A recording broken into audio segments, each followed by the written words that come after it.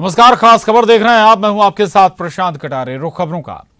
संसद में कृषि बिल पास होने पर पीएम नरेंद्र मोदी ने ट्वीट किया है और ट्वीट में लिखा है, भारत के कृषि इतिहास में आज एक बड़ा दिन है। मैं अपने परिश्रमी अन्नदाताओं को बधाई देता हूं। हम किसानों की सेवा के लिए हैं। इस बिल से न केवल कृषि क्षेत्र में परिवर्तन होगा, बल्कि इससे करोड़ों किसान सशक्त होंगे। तो पीएम नरेंद्र मोदी ने ट्वीट किया है। दरअसल संसद में कृषि बिल पास होने के बाद पीएम नरेंद्र मोदी ने ये ट्वीट किया है और अपने ट्वीट में पीएम नरेंद्र मोदी लिख रहे हैं, भारत के कृषि इतिहास में आज एक बड़ा दिन है। मैं अपने परिश्रमी अन्नदाताओं को बधाई देता हूं। हम किसानों की सेवा के लिए हैं और इस बिल से न केवल कृषि क्षेत्र में परिवर्तन होगा, बल्कि इससे करोड़ों किसान सशक्त होंगे। संसद में कृषि बिल पास होने पर पीएम नरेंद्र मोदी ने ट्वीट किया और ये भी दावा कर रहे हैं कि इस बिल से करोड़ों किसान सशक्त होंगे और इस बिल से कृषि क्षेत्र में भारी परिवर्तन आने वाला है। ये भी वो कह रहे हैं कि हम किसानों की सेवा के लिए हैं, सरकार किसानों की सेवा के लिए है। तो संसद में कृषि बिल पास होने के बाद पीएम नरेंद्र मोदी ने ट्वीट किया। हालांकि संसद के अंदर विपक्ष ने जमकर इस बिल का विरोध भी किया, कृषि बिल का विरोध भी किया, लेकिन आखिरकार संसद में कृषि बिल पास हो गया। वहीं कृषि बिल पास होने पर नरेंद्र मोदी ने ट्वीट किया है और ट्वीट में वो लिखते हैं कि भारत के इतिहास में, कृषि इतिहास में आज एक बड़ा दिन है। आज के दिन को बेहद बड़ा बता रहे हैं कृषि इतिहास में, क्योंकि कृषि बिल पास हुआ है आज संसद में। और पीएम नरेंद्र मोदी ये भी कह रहे हैं कि मैं अपने परिश्रमी अन्नदाताओं को बधाई देता हूं। किसानों को बधाई दे रहे हैं वो इस कृषि बिल के पास होने पर। हालांकि विपक्ष ने कई सवाल जरूर उठाए, लेकिन कृषि बिल अब संसद में पास हो गया है। पीएम नरेंद्र मोदी ने ट्वीट कर किसानों को इसकी बधाई दी है। साथ ही पीएम मोदी ये भी कह रहे हैं कि हम किसानों की सेवा के लिए हैं और इस बिल से न केवल कृषि क्षेत्र में परिवर्तन होगा, बल्कि इससे करोड़ों किसान सशक्त होंगे।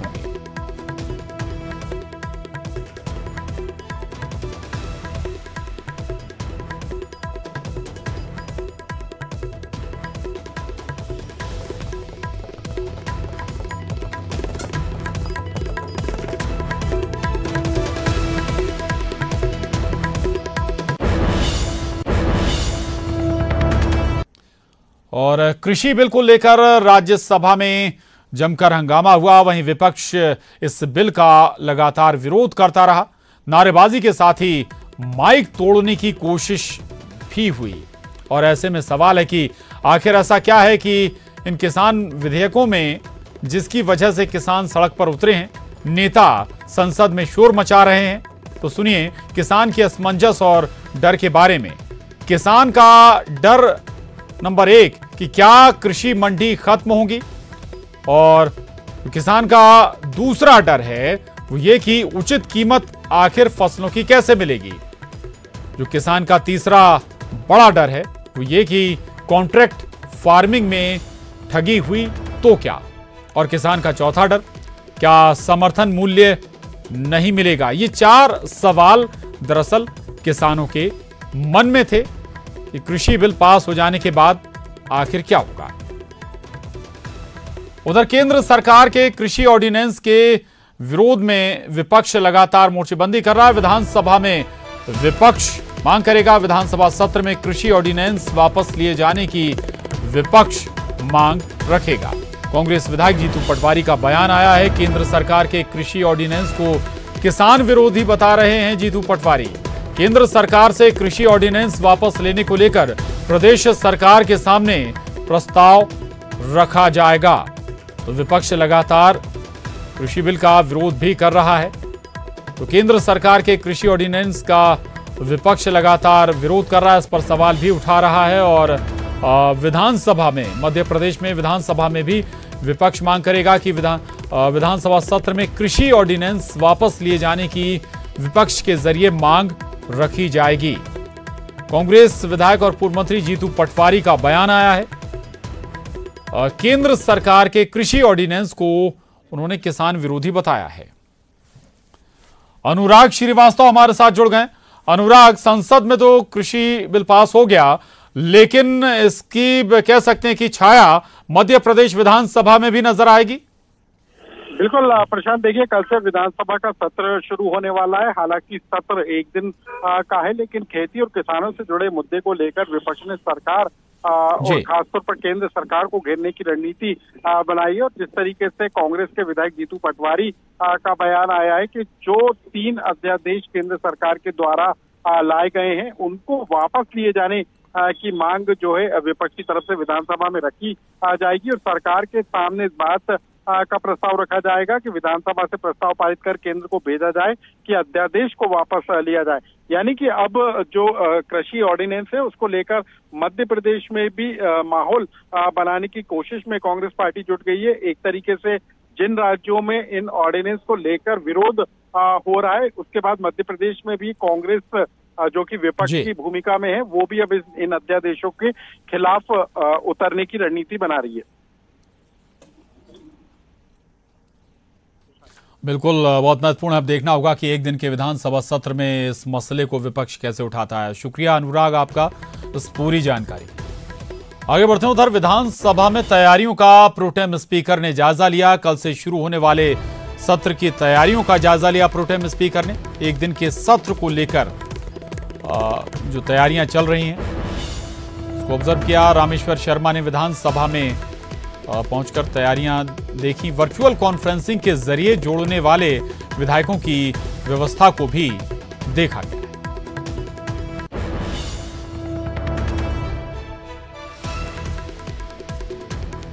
तो एक दिन का विधानसभा सत्र शुरू होने जा रहा है, उससे पहले प्रोटेम स्पीकर रामेश्वर शर्मा ने विधानसभा में तैयारियों का जायजा लिया है। इतना ही नहीं, वर्चुअल कॉन्फ्रेंसिंग के जरिए जुड़ने वाले विधायकों की भी व्यवस्था उन्होंने देखी है, कैसे वर्चुअली जोड़ा जाएगा विधायकों को। और अनुराग हमारे साथ इस खबर पर भी जुड़ गए। अनुराग, एक दिन का ये सत्र है, प्रोटेम स्पीकर ने जायजा भी लिया है और महत्वपूर्ण है, वर्चुअली कॉन्फ्रेंसिंग के जरिए भी बड़ी संख्या में विधायक जुड़ेंगे। वो भी महत्वपूर्ण होगा कि कैसे वो अपने सवाल रख पाते हैं, जवाब ले पाते हैं। बिल्कुल प्रशांत, देखिए सत्र भले ही एक दिन का हो, लेकिन ये सत्र खासा महत्वपूर्ण है क्योंकि इससे पहले जो सत्र आयोजित होना था वो कोरोना संकट काल के कारण आयोजित नहीं हो सका था। और उसके बाद कल जो सत्र रखा गया है वो भी एक दिन का सत्र है, लेकिन संख्या निर्धारित कर दी गई है। अभी भी जो लगातार विधायक विधानसभा पहुंच रहे हैं उनका कोविड-19 का टेस्ट किया जा रहा है। जो कर्मचारी अधिकारी हैं उनका टेस्ट किया जा रहा है। लेकिन इस छोटे सत्र में कई तरह के मुद्दे उठाने की जो है विपक्ष ने तैयारी कर ली है। सबसे बड़ी बात है कि कुल 57 विधायक ही सदन की कार्रवाई में बैठ सकेंगे और जो विधायक सदन के बाहर से सदन की कार्रवाई में शामिल होना चाहते हैं उनके लिए वर्चुअल कॉन्फ्रेंसिंग की व्यवस्था की गई है। यानी एनआईसी के जरिए पूरी की पूरी व्यवस्था होगी और इसी को लेकर प्रोटेम स्पीकर रामेश्वर शर्मा ने आज विधानसभा में तैयारियों का जायजा भी लिया है। बिल्कुल महत्वपूर्ण है ये कोरोना संकट काल के दौरान एक दिन का विधानसभा सत्र। एक दिन का क्या खाका रहेगा, क्या अब काम काज होंगे अनुराग? प्रशांत, देखिए इससे पहले राज्य सरकार ने बजट को अध्यादेश के जरिए मंजूरी दी थी और अब उसको विधानसभा से मंजूरी दिलाना जरूरी है। उस बजट को मंजूरी दिलाई जाएगी। इसके अलावा कई विधेयक हैं जो राज्य सरकार विधानसभा के एक दिन के सत्र में पास कर लेना चाहती है। सबसे बड़ी बात है कि इस विधानसभा के एक दिन के सत्र में किसी भी तरह का प्रश्नकाल, शून्यकाल या फिर ध्यानाकर्षण जैसे जो व्यवस्थाएं हैं वो पूरी तरीके से रद्द कर दी गई हैं। हालांकि विधायकों ने जो सवाल पूछे उसके जवाब लिखित में विधायकों को दे दिए जाएंगे, लेकिन सदन के अंदर कार्रवाई एक दिन के अंदर किस तरीके से पूरी की जाए, बजट को लेकर चर्चा की जाए और उसके अलावा जो विधेयक हैं, राज्य सरकार के महत्वपूर्ण विधेयक हैं, उनको मंजूरी दिलाए जाने का मामला है। उन तमाम विधेयकों को भी सदन की कार्रवाई में मंजूरी दी जाएगी। बिल्कुल बिल्कुल, यानी कि एक दिन में तमाम वो कोशिश होगी जो महत्वपूर्ण कामकाज हैं वो निपटा लिए जाएं। शुक्रिया अनुराग आपका इस पूरी जानकारी के लिए, धन्यवाद।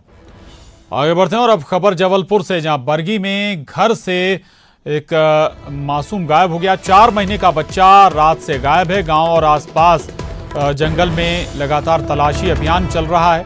2 दिन पहले शाहपुरा इलाके से एक बच्ची गायब हो गई थी। 36 घंटे बाद 2 साल की बच्ची की लाश बरामद की गई थी। तो जबलपुर से ये बड़ी खबर है। जबलपुर में बरगी में घर से एक मासूम गायब हो गया। 4 महीने का ये बच्चा बताया जा रहा है जो अचानक गायब है और गांव और आसपास के जंगलों में लगातार तलाशी अभियान जारी है। इससे पहले जो चौंकाने वाली बात है वो ये कि 2 दिन पहले भी शाहपुरा इलाके से एक मासूम बच्ची गायब हो गई।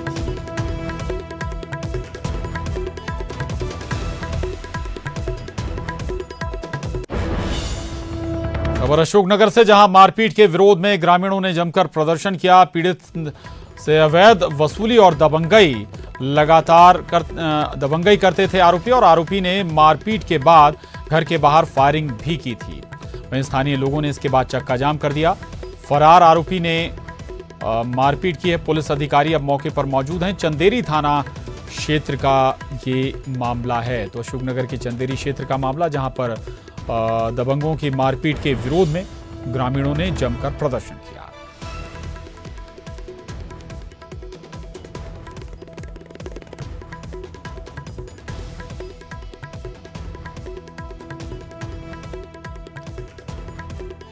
ये अशोकनगर के चंदेरी का मामला। दरअसल दबंग लगातार परिवार से मारपीट करते थे और अवैध वसूली बताया जा रहा है, आरोप लगाया है इस आरोपी पर। अवैध वसूली भी की जाती थी पीड़ित परिवार से। लगातार मारपीट और दबंगई की जाती थी। इसके विरोध में ग्रामीण आज सड़कों पर उतर आए।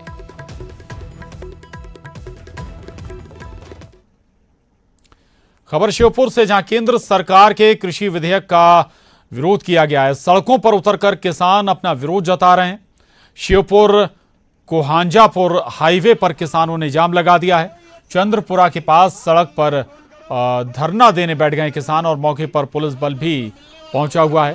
ये तस्वीरें देख रहे हैं आप। ये तस्वीरें श्योपुर से सामने आई हैं। दरअसल किसान यहां पर कृषि बिल का विरोध कर रहे हैं और विरोध में सड़कों पर उतरे हैं किसान।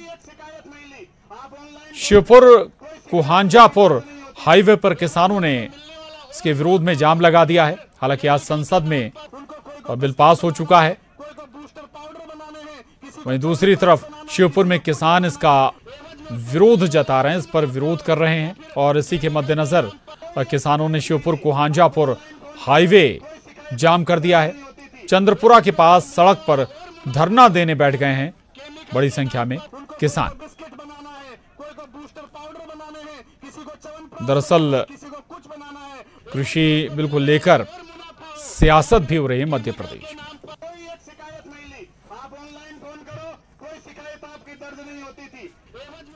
खबर भिंड से, भिंड के रॉन स्टेट हाईवे पर आज स्थानीय लोगों ने युवक की हत्या के बाद जमकर हंगामा मचाया। स्थानीय लोगों के मुताबिक युवक घर के बाहर सो रहा था। उसी दौरान कुछ लोगों ने युवक की कुल्हाड़ी मारकर हत्या कर दी। युवक को इलाज के लिए ग्वालियर रेफर किया गया था, लेकिन प्रदर्शनकारियों का कहना था कि वहां उसको सही इलाज नहीं मिला, जिससे उसकी मौत हो गई।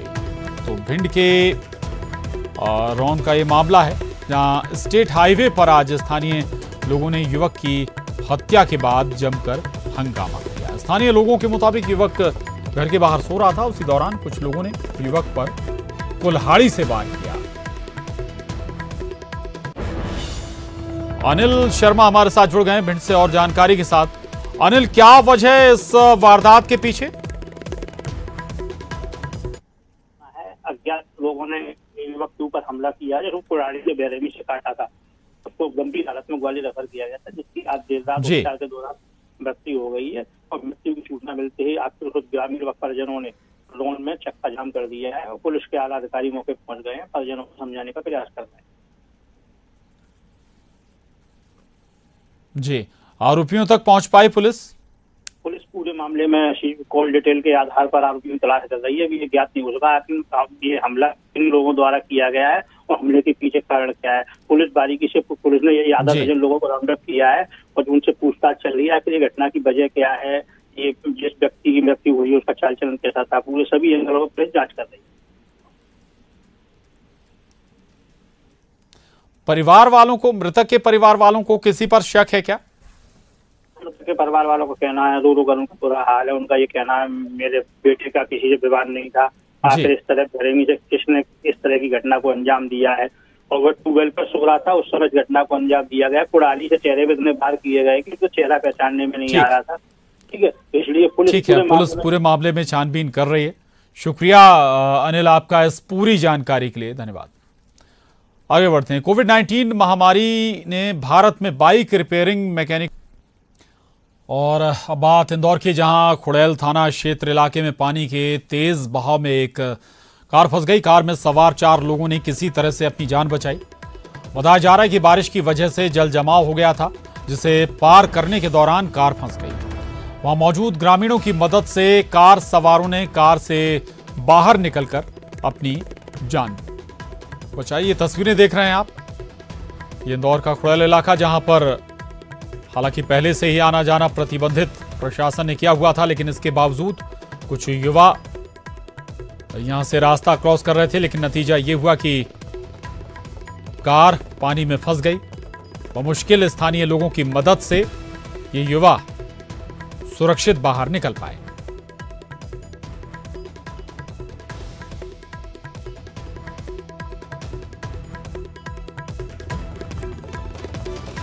यहां पर कोई बड़ा हादसा भी हो सकता था। आगे बढ़ते हैं और अब खबर रतलाम से, जहां लापरवाही भारी पड़ सकती है। कनेरी डैम में डूबने से एक युवक बाल बाल बचा। दरअसल पानी के तेज बहाव में बह गया था युवक। पुलिसकर्मियों ने लोगों की मदद से युवक को बाहर निकाला। डूबते युवक को बचाने का वीडियो भी अब सामने आया है। दरअसल रोक के बावजूद पिकनिक मनाने लगातार लोग डैम पर पहुंच रहे हैं। कनेरी डैम की घटना है ये।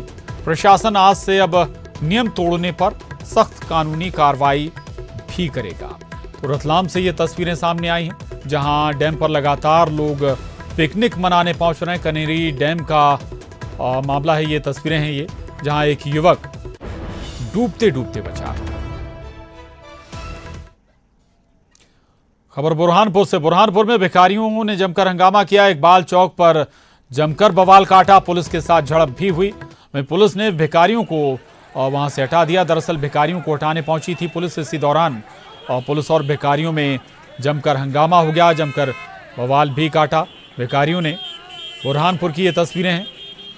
इकबाल चौक पर भिखारियों ने जमकर बवाल काटा। पुलिस के साथ भिखारियों की झड़प भी हुई। दरअसल पुलिस यहां से भिखारियों को हटाने के लिए पहुंची हुई थी और इसी को लेकर जमकर हंगामा हुआ।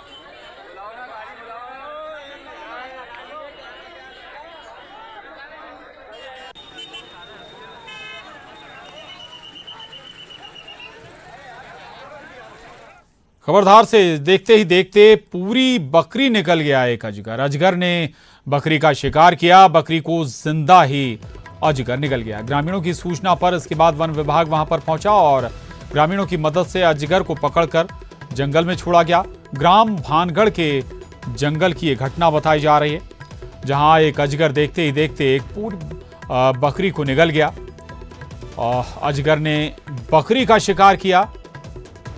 बकरी को जिंदा ही अजगर निकल गया। इस दौरान की ये तस्वीरें भी सामने आई हैं। हालांकि ग्रामीणों ने तुरंत ही वन विभाग को इसकी सूचना दी, जिसके बाद ग्रामीणों की मदद से वन विभाग ने अजगर को जंगल में छोड़ दिया।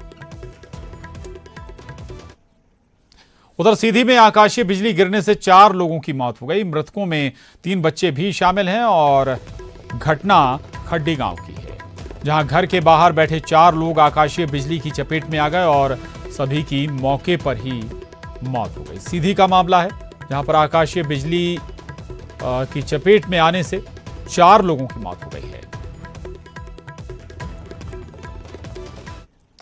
उधर सिवनी में बारिश की वजह से खुले में रखे अनाज खराब होने की घटना के बाद अब गोदामों के अंदर सुरक्षित रखे सरकारी अनाज के खराब होने का मामला सामने आया है। बरघाट की केसला सोसाइटी के बमहोडी गोदाम में रखा 10,000 क्विंटल से अधिक सरकारी गेहूं खराब हो गया है। दरअसल इस सरकारी गेहूं में बुरी तरह घुन लग गई है और घुन लगने के कारण 80% गेहूं पाउडर में तब्दील हो गया है। घुन लगने के बाद ये गेहूं जानवरों के खाने लायक भी नहीं बचा है। वहीं सोसाइटी प्रबंधन द्वारा बारिश के कारण गेहूं में घुन लगने और समय पर गेहूं का उठाव न होने की बात कहकर बचने की कोशिश की जा रही है।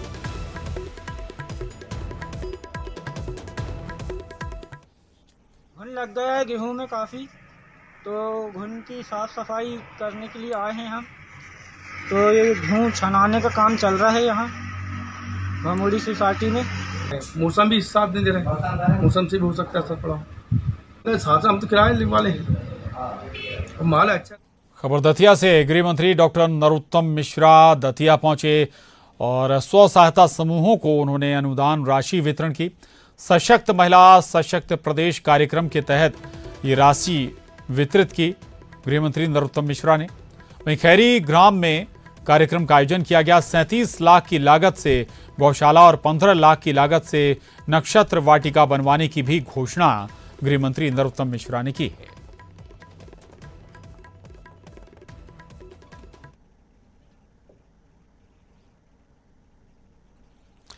उधर राजधानी रायपुर के बूढ़ा तालाब धरना स्थल पर आज विद्या मितानों ने भूख हड़ताल की।